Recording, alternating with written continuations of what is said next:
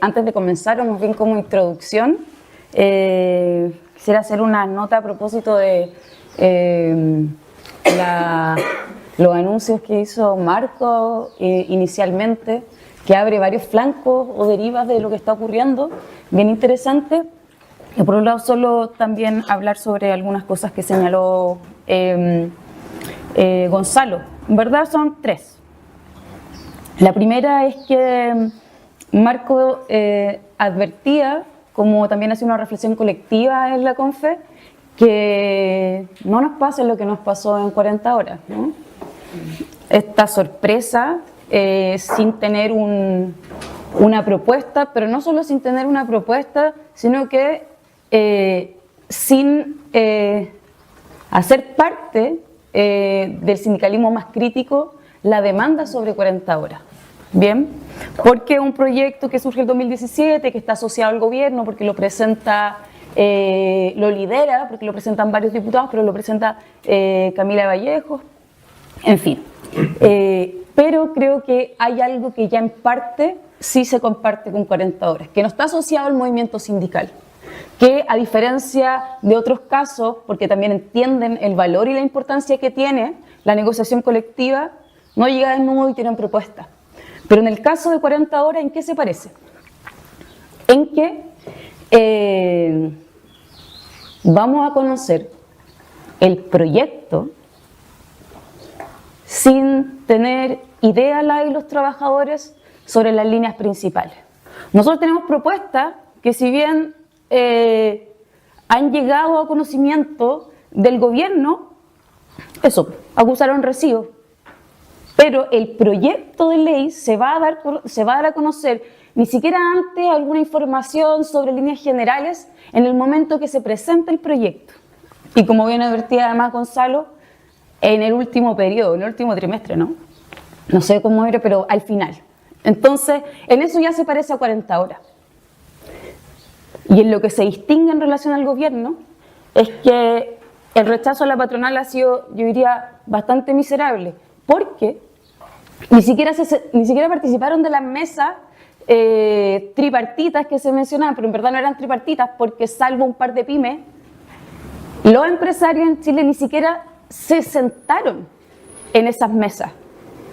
Con todo el carácter que tienen esas mesas, que si bien no se discute a fondo, sino que es más bien una presentación ante el mundo sindical de miren, lo estamos considerando, que no digo que de plano esté mal participar, sino que la experiencia acumulada por el sindicalismo es que en eso se queda nomás.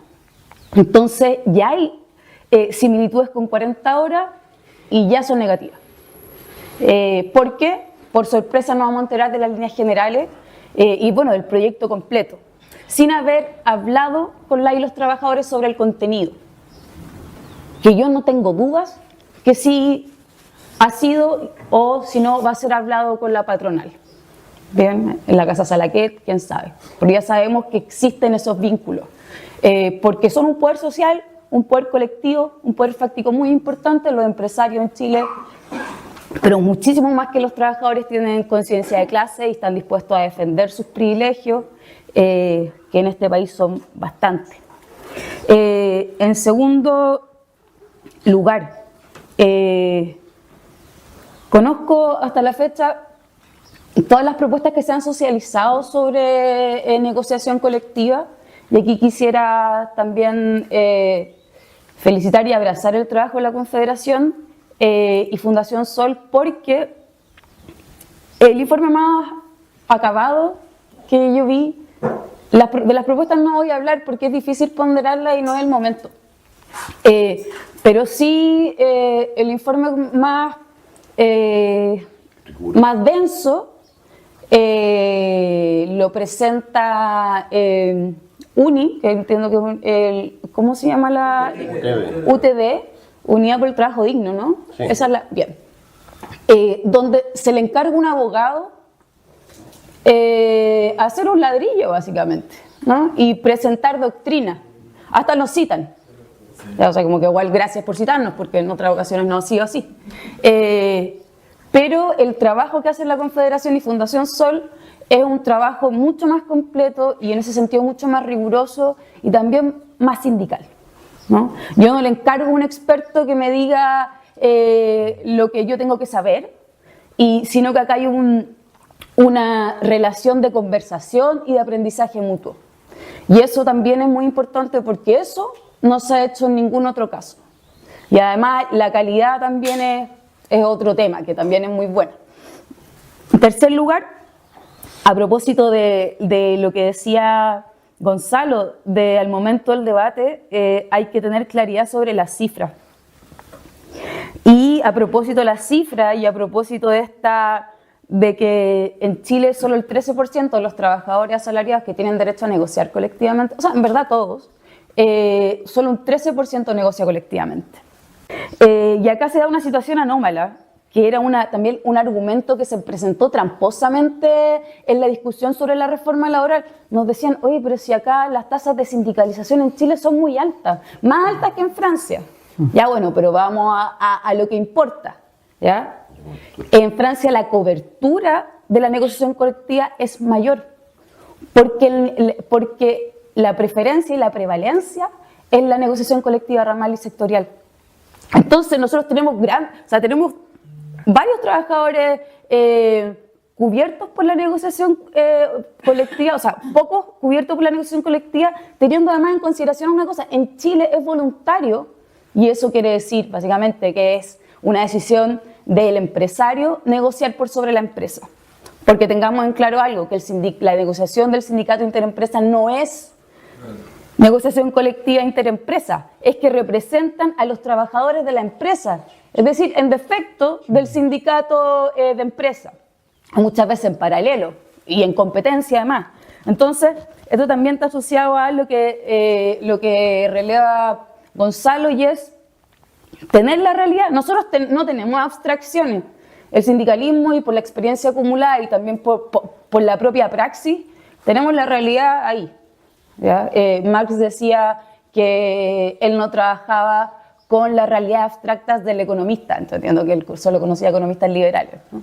Que había que conocer la realidad detalladamente, y en eso esta confederación ha sido muy responsable, porque podemos ver la implicancia. Por ejemplo, esta es una diferencia. Ya, entonces no me venga a decir que acá las tasas de sindicalización son muchas y por eso estamos muy bien. No, señores, la negociación empresa en el nivel más descentralizado y donde los trabajadores carecen de poder. Ustedes han negociado colectivamente por mucho tiempo. Luego, después de la reforma,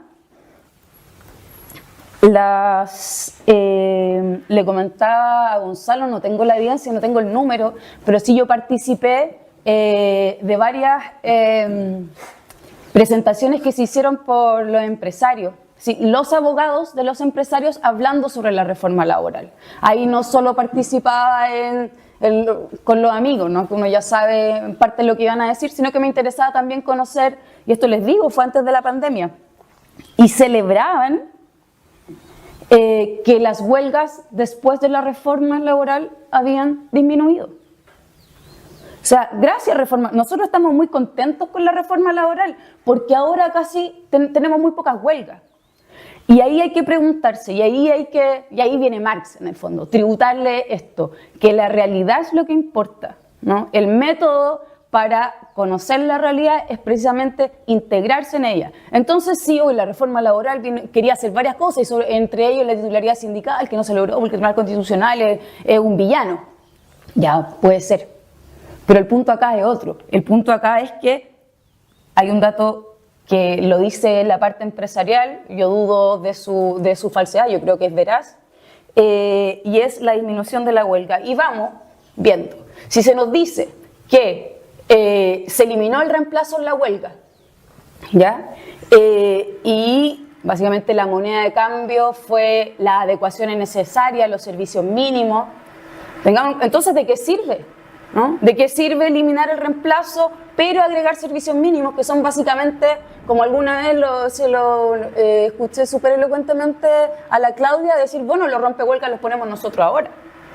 ¿no? O sea, como que los reemplazantes ahora son los nuestros y además de eso, la adecuación es necesaria, que también es una herramienta para las empresas para básicamente bloquear la huelga, la efectividad de la huelga, porque eso se trata el sindicalismo, de poder social, de poder sindical, de que se haga efectivo.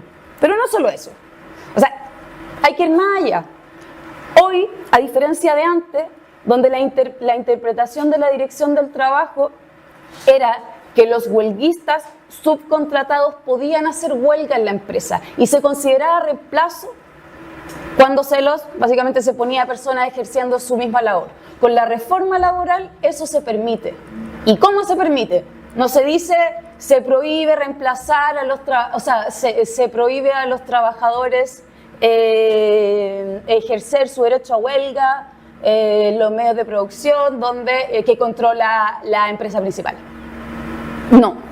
Lo que dicen en la regulación de las prácticas desleales es que el empresario puede contratar a otros trabajadores que realicen las labores de estos trabajadores subcontratados y que eso no va a ser considerado una práctica antisindical. Entonces, o sea, no se diga más. Eso, y bueno, otro gran cambio, que es que antes, si una resolución triministerial, ¿no?, que definía cuáles son los trabajadores que no van a tener derecho a huelga, es decir, trabajadores que no van a ser titulares de ese derecho y en consecuencia se sometían a procesos de arbitraje. Si un tercero ajeno a la relación laboral venía a decirles, esto es lo que ustedes tienen, este es su instrumento colectivo. Antes lo decretaban en ministerios, ¿bien? Hoy lo pueden solicitar las partes. Entonces además aumentó el número de trabajadores que de plano no tienen derecho a huelga. Entonces, ¿cómo no va a estar orgulloso ese empleador, ese empresario, de que las huelgas disminuyeron? Si miran todos los goles. Hace 4 meses, la Corte de Apelaciones de Santiago debió resolver una controversia nunca antes vista en tribunales. Un sindicato solicitaba ser incorporado en la lista de empresas en las que no se puede ejercer la huelga. El sindicato, cuando uno pensaría que lo hace la patronal, ¿ya? Y la empresa reclamaba contra la resolución triministerial que acogió la solicitud del sindicato, ¿ya?, abogando, entre otras razones, por el derecho a huelga de sus trabajadores. El mundo al revés. Y el tribunal es súper agudo, en la Corte de Apelaciones dice, abro comillas, siendo la huelga la principal herramienta con que cuenta la organización sindical para negociar, lo normal en un sistema de relaciones laborales sano es que el sindicato inste porque su contraparte negocial quede excluida del listado de empresas que no pueden ir a huelga. Consecuentemente, las empresas suelen sacar a relucir que prestan un servicio de utilidad pública, que es la causal que se alega para excluir a esos trabajadores de la huelga. Ocurriendo en este caso todo lo contrario, lo que impresiona como una distorsión del sistema que evidencia que éste no ha logrado otorgar un escenario óptimo para que la negociación colectiva opere correctamente. Peor aún, las circunstancias han llevado a la organización sindical a renunciar a la huelga para someterse al dictamen de un tercero, restando vigor a la autonomía que debe regir la libertad sindical. Un tercero, un árbitro. El motivo que está detrás es que el sindicato no era un sindicato que negaba el conflicto, ni siquiera era un sindicato amarillo o blanco, no. El motivo es que al sindicato le iba mejor sometiéndose a arbitraje, que la negociación colectiva reglada implicaba disminuir y retroceder en derechos. Básicamente peleaban por lo que tenían, por lo que querían mantener, pero ahí nomás. Y la experiencia del arbitraje le había permitido obtener más derechos.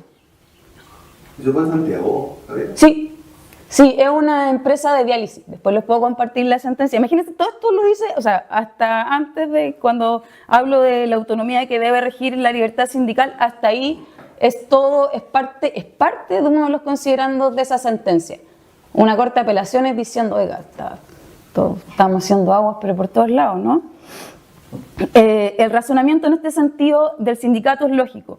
Si no tenemos poder para negociar, no vale la pena realizar esta pantomima que César Toledo ha denominado como básicamente el rito de la negociación, porque ustedes mismos saben que negocian antes y la negociación reglada incluso como que cuando se acerca el periodo de huelga, ahí sí se apuran todo, ¿no? Quienes tienen esa experiencia. Entonces, no vale la pena realizar esta pantomima de la negociación reglada, es mejor un árbitro, este tercero, ajeno a nuestra realidad, que así como rápidamente entra, rápidamente se va. Y el sindicato y el empresario quienes se quedan en esa relación y en esa rigiéndose bajo ese instrumento colectivo. Y el fallo lo dice, nuestro sistema de relaciones colectivas es una distorsión. Y continúo. Aunque el modelo legal de relaciones colectivas de trabajo ha sido un signo legalista y restrictivo desde que existe, esto se decía en el 64 por un laboralista muy destacado que fue un ejecutado político, Arnoldo Camus. Pero con la dictadura el sistema de relaciones colectivas sufre una exitosa metamorfosis, la cual, conservando y reforzando sus características previas, este legalismo extremo, esta pulsión por la norma, que además este autor decía, el 64, además son complicadas, no se entienden, dio paso a un nuevo sistema de relaciones colectivas de incontestable ideología neoliberal, instado bajo la égida del letal autoritarismo de la dictadura civil y militar en Chile, que sin exageraciones podemos definirlo como un modelo antisindical y que es en lo central el mismo que articuló su ideólogo José Piñera y que bautizó con el nombre de Plan Laboral. Se mantiene intacto porque no se ha otorgado ningún gramo más de poder a la y los trabajadores. Nuestro modelo deja escaso margen a la autonomía colectiva, es intervencionista, legalista y descentralizado. ¿Por qué se caracteriza?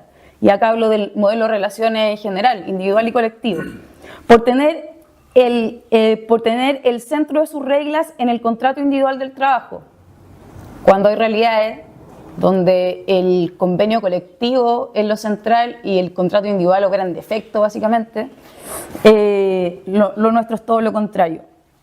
Se caracteriza también por una negociación colectiva y acción colectiva sindical que no tiene relevancia en las relaciones laborales, las que viven día a día la y los trabajadores, donde se excluye el conflicto mediante la casi absoluta prohibición de la huelga, donde la protección de la y los trabajadores no depende de ellos mismos a través de la organización sindical, sino que del Estado por la vía legal y administrativa a través de la Dirección del Trabajo, que como decíamos, tan rápido como entra el Estado, así como de rápido se va. Y cuando se trata de los tribunales, no hay nada que hacer. Básicamente se llega cuando queremos una indemnización, porque en rigor el daño ya se hizo y es irreparable en la mayoría de los casos. Pero como sabemos, cuando no hay un sindicalismo con poder, incluso las mejores leyes no se hacen efectivas o son muy poco efectivas. Incluso en el escenario de un sindicalismo unas leyes que son muy buenas, una dirección del trabajo que es más potente, que le inyectamos más recursos y se han contratado más inspectores. Si hay un sindicalismo que no tiene poder, entonces la propia ley no se hace efectiva. ¿Qué es lo más importante en la ley? Si yo no tengo efectividad en las leyes, eficacia, decir que se cumplan, tengo solo un papel. Y la solución además siempre llega demasiado tarde. Mirado de esta forma, lo que pueden hacer las leyes, o mejor dicho, el derecho al trabajo, es marginal en las relaciones colectivas. Esa participación estatal no es más importante que la de diseñar un modelo de relaciones que no resulte en la distorsión que nosotros tenemos y que ustedes podrían enumerar, y básicamente eso estábamos haciendo ayer cuando cenamos, algunos, ¿no? Si hablamos de obstáculos al desarrollo del sindicalismo tienen más ustedes que decir que yo. Porque si hay algo que los trabajadores organizados colectivamente no carecen, es de un hondo sentido de la realidad. En esta sala hay consenso en que necesitamos un nuevo sistema de relaciones laborales. Como decía antes, hace agua por todos lados.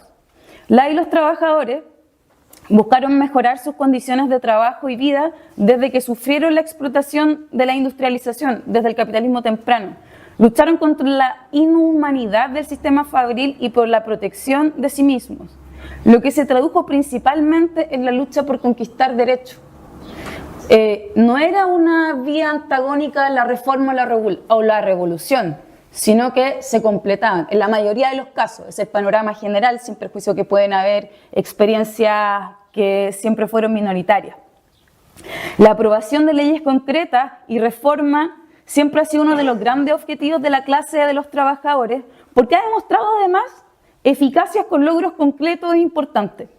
Yo aquí pongo un ejemplo que tiene un valor cultural de transformación muy importante, y es la lucha por la reducción del tiempo de trabajo.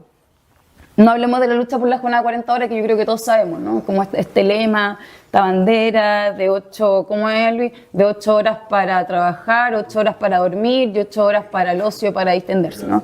Eso lo sabemos. Yo pongo el ejemplo acá de Francia. En 1936 solo se lograron las vacaciones pagadas y solo se lograron con poderosas huelgas y ocupaciones de fábricas. Esa fue la razón por la que se obtuvo las vacaciones pagadas. Y eso representó un progreso sin precedentes en derechos sociales. Porque ¿en qué consistió esa lucha? ¿Qué es lo que está ahí? ¿Cuál es la sustancia, la médula? En que algunos días por año el obrero, la obrera, podía dejar de perder su vida en el esfuerzo por ganarla. No hacer nada que se estuviera obligado a hacer. Disfrutar de la libertad de existir sencillamente, al igual que los rentistas, al igual que los burgueses, ¿no? Al igual que sus empleadores. Y todos aquellos que en este imaginario obrero disfrutaban de la vida por la vida misma y para sí mismos, desde la noche de los tiempos. Todo esto, en su mayoría, obviamente, son citas, y esta una cita de Castel. La significación de esta conquista es más que un logro social. La financiación de un tiempo libre equivalía al reconocimiento oficial de la humanidad del trabajador, y por tanto fue una revolución cultural. De ahí que, aun cuando las leyes no son lo más importante, tenemos claro que en muchos casos la lucha sindical ha tenido necesariamente que venir en su concretización en leyes. ¿Ya? Por eso la idea de progreso es indisociable del valor, y acá paso al último tema de esta presentación, que es el papel del Estado, ¿no?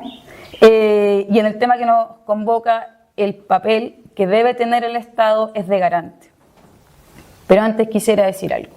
Esta es una conquista, ¿ya? Que es un ejemplo que yo lo escojo, pero no hay que ir más lejos. La formación, lo que explica la creación de la Confederación Bancaria fue precisamente una huelga a propósito de la presentación de un pliego de peticiones, donde se reúnen los trabajadores en una organización mayor, y de ahí nace al menos la confederación originaria, que no recuerdo su nombre. FSH. Claro, entonces ahí ustedes pueden decir más que yo, pero al menos lo que yo sé es eso, ¿no? Para conquistar derechos, y en parte los logran. Y como les decía, el papel del Estado es fundamental en la negociación colectiva. No puede poner trabas, ¿no? Esto es lo principal. El Estado no puede poner trabas al desarrollo del espacio para que los sujetos sociales, encarnados en los empresarios y sindicatos, se den su propia regulación. Eso es lo que tiene que hacer el Estado, ¿no? Tornar fecundo ese diálogo, debe poner a disposición las necesarias formas jurídicas. Y si bien esto puede sonar quizá muy leguleyo, espero que no, las formas jurídicas son una reforma laboral de las relaciones colectivas, porque eso es lo que prometió este gobierno. En su programa existe, pero no solo en el gobierno de Boric, en el gobierno de Elwin. Ya se presentaba como un programa que, por supuesto, se iba a realizar, así se entendió, una reforma a las relaciones colectivas, porque sabíamos desde el primer día que el plan laboral era nefasto. Entonces, a propósito de Marx, ¿no? Marx decía que la historia no puede planificarse en el papel, y tiene toda la razón, pero ¿qué es lo que sí puede planificarse? Las instituciones, y lo son de hecho. Es solo mediante la planificación gradual de instituciones para la salvaguardia de la libertad, especialmente la libertad sin explotación, que podemos aspirar, algunos creemos, a un mundo mejor. La interferencia estatal que necesitamos es la que debe habilitar el pleno ejercicio de los derechos de sindicalización y acción colectiva, porque en letra y espíritu, en el trabajo sigue vigente la dictadura, está plenamente vigente, está viva, y la mediocre transición a la democracia no ha estado a la altura de ese necesario cambio. En lo que refiere al poder de los trabajadores y sus organizaciones, todo sigue exactamente igual. Un sindicato débil, con poca presencia en los lugares de trabajo y por sobre todo con escasa capacidad de negociación colectiva propiamente tal, expresado en una pobre cobertura, donde además hay que tener en cuenta que desde la Constitución a la ley lo que se establece son prohibiciones para negociar. O sea, lo que hace la ley antes de regular la negociación colectiva arreglada es decir, usted, trabajador de tal empresa, no puede negociar. Y son varios. El sindicalismo chileno, o parte de él, esta confederación, sabe exactamente en lo que es menester avanzar. Yo no vengo, y aquí no traigo ninguna novedad, que se den garantías expresas para el ejercicio de los derechos fundamentales de la libertad sindical, sindicalización, negociación colectiva y huelga. Y lo segundo, que este diseño de estos derechos tenga por ideal dar curso y habilitar la autonomía colectiva, entendida esta como la autonomía colectiva es mayor incidencia y determinación en las condiciones de trabajo, del trabajo en general, pero en su trabajo también. Poder para los trabajadores y sus organizaciones. Si hoy en el derecho positivo, y con esto digo derecho positivo como constitución y las leyes, fuera lo que digan los tratados internacionales, si nadie pesca los tratados internacionales, lo he hecho. Hay restricción, necesitamos habilitación, una regulación que asegure el ejercicio efectivo de la negociación colectiva y huelga, que se dé poder y voz a los trabajadores a través de sus organizaciones.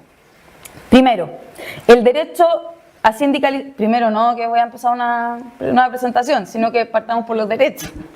Primero, el derecho a sindicalización es más que el elemento asociativo, es decir, la libertad de asociarse.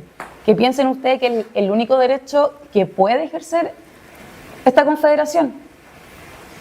No puede negociar colectivamente, aun cuando para la patronal es voluntario, y ustedes mismos lo saben porque han enviado cartas a la asociación de bancos para decirle queremos negociar colectivamente, y ¿qué le han dicho? No. Que no. ¿Por qué? Obvio, porque si quieren no lo hacen y no lo quieren hacer. ¿Y para qué decir la huelga? La huelga que da garantías, no la huelga que da garantías de fuero, de la protección en el empleo. Entonces piensen ustedes este pobre elemento que además ideológicamente se ha presentado en Chile solo como asociarse, y esa concepción es incompleta, porque el derecho de sindicalización supone actividad, ¿no? Si así no se entiende, no se tiene autonomía.